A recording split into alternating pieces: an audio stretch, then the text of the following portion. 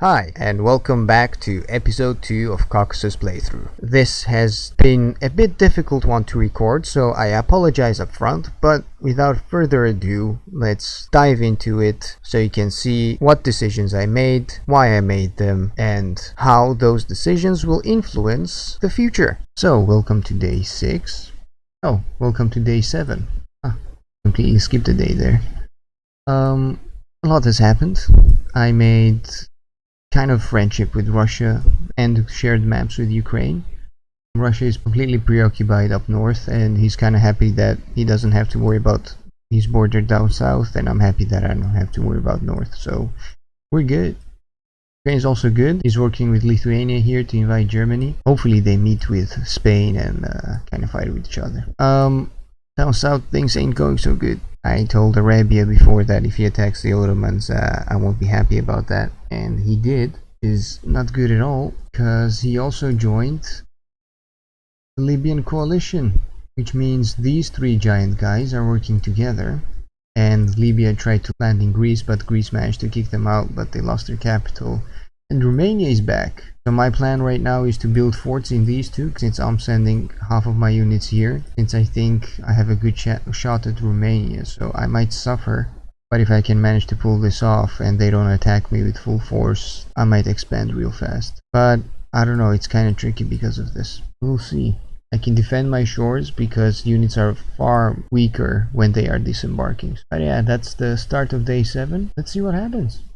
But hey, maybe these guys are interested in taking these guys out. I guess we'll have to see about that. Not a lot has changed overnight. Arabia seems to have moved some of the units from the stack, and it doesn't really matter, but I'm kind of worried since I want to know where he's heading. But I don't want his units here to slow me down, so what I'm gonna do is prepare in the meantime to attack Romania, and I'm gonna do that by paying attention to the newspaper. Right now it's day 7, so you get the most efficient economies, but after this you'll get the mightiest armies, and it's gonna tell me how strong my army is, if Arabia has stronger army than me or not, and if Romania also has stronger army than me or not. And if Romania is not strong enough, I'm gonna attack him. But if Arabia is a lot stronger than me, then I should be more cautious, because he will see that, and if I'll be fighting here as well, he'll have the advantage. So yeah, I have the same disadvantage here that Russia had, for example, and he can attack me from one to both provinces, but thing is, if he attacks me, he leaves it exposed, and if he attacks me here, that's even better, because not only can I attack him here in the back, but I can also use this road here to attack Beirut. Next thing I'm planning is my production, and what I'm paying attention to is when the next day starts, and it starts in 9 hours, and that's important because on 8th day I can build a factory. This is done within 9 hours and 25 minutes, this one too, so right after I'll be producing my factories, which take 2 days to build, and technically speaking I have enough iron ore, but I can increase my lumber production so that I can build 4 at the same time in these 4 double resource provinces that I have. This one will take a bit longer, but whether I do that or not depends on how comfortable I feel with defending this province here and this one. I can defend these two easily because they're my core, and these two protect pretty well. So I'm not sure what I'll do, but I will most likely build just 2 here and maybe 3rd here. But I want to be sure, so my lumber production is actually pretty good, and I'm gonna actually keep it this way because I want to build more forts here. The fuck? Seriously? Really, bro? Is that bad? I need to take advantage of this. They're weak. Damn. So, I wasn't recording. God damn it. I shared map with this guy. I'm not gonna invade him because he's fighting against these guys, and I will most likely end up fighting them too, so screw it. Up here, things are not so good. Russia just got obliterated. Yeah, it's not going too well for them. They just rushed all inside this province, and they had a fortress there, so that didn't end well. I don't want to take this all. Come on, man. Send me a message. I mean, if I fight them, I will. You know, I will. I doubt it. I want to survive, but I'll do my best. And speaking of, I don't know what I'm doing with somebody across the map, but we'll see. Welcome back to day 8. Not a lot has happened, but one thing has happened which was really surprising and kind of good news. You might have remembered this whole time, past few days, I've been planning to attack Arabia, Well, he messaged me and he was like, sup? Okay, so what I'm gonna do here is I'm gonna message him and maybe strike an alliance with him. He's kind of stuck in here. He can't really expand anywhere because he's also part of their coalition, and their coalition is failing. I mean, this guy, look at this guy. He's at war with, okay, almost everyone on the continent. Well, he kicked out Portugal.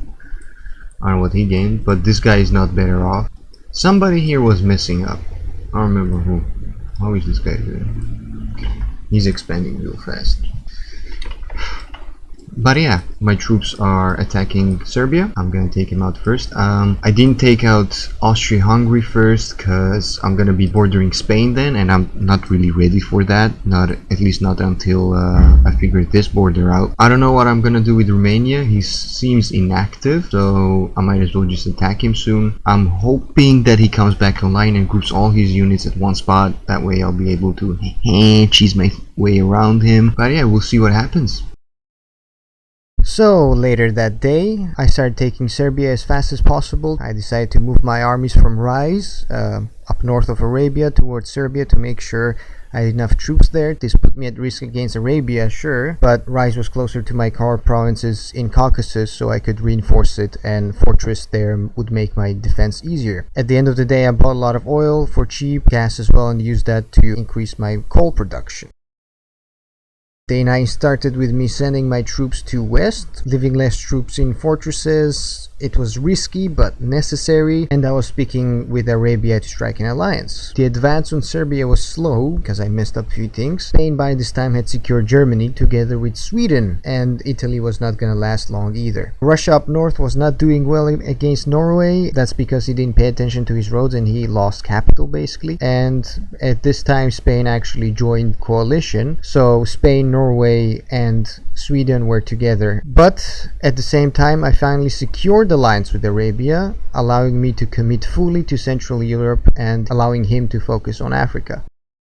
So day 10 started with a panic. Spain was almost done with Italy, so I needed to take Austria before he could. At this time I started moving my troops up north to prevent Norway from taking whatever was left over and secure my northern border. At this point I also started sending most of my troops to the west. I was a bit worried about Romania since he seemed inactive, so I knew he would turn AI in near future.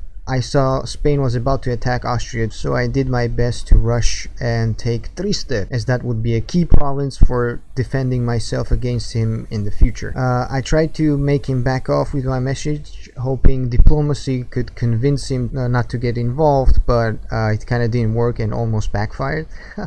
After that, I placed my troops close to Austria's capital, so I could snatch it away from Spain in case he decided to invade. The near of day 10, I managed to start taking Trieste, which was great because that basically guaranteed me taking it. On day 11 I started to take rest of Austria, and while I was busy with that I also finally declared war with Russia and tried to take over as many provinces as I can to secure my northern border and build some defenses up there. And finally Lithuania decided to step into the war and take whatever was left of Russia and go against the Scandinavians, while at the end of the day I had most of Austria under my control. So I hope you enjoyed episode 2, and the upcoming episodes will be a lot more interesting because later on, around day 20-ish, you will see some advanced things that you will want to pay attention to. Anyways, hope you enjoyed, hope you learned something, and hopefully this gives you some context on how to play. And don't forget to enjoy the game.